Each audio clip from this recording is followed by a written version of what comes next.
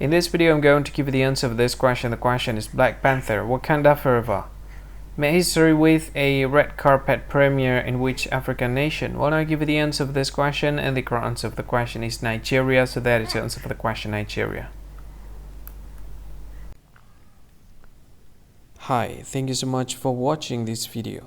If you find this video is very useful, you can help this channel to grow by subscribing this channel. Please this subscribe button and don't forget to like this video.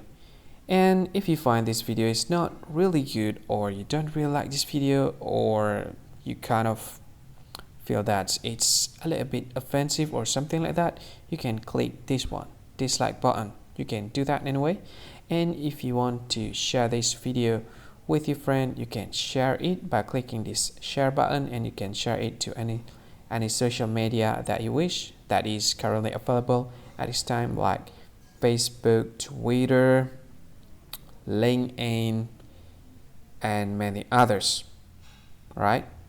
And if you want to add this video to your playlist, you can click this one. You can watch this video later, and you can find more options by clicking these three dots. And yeah, don't forget to subscribe. I think that's all of it. Thank you so much for watching this video, and see you again in another video. Bye bye. See you again.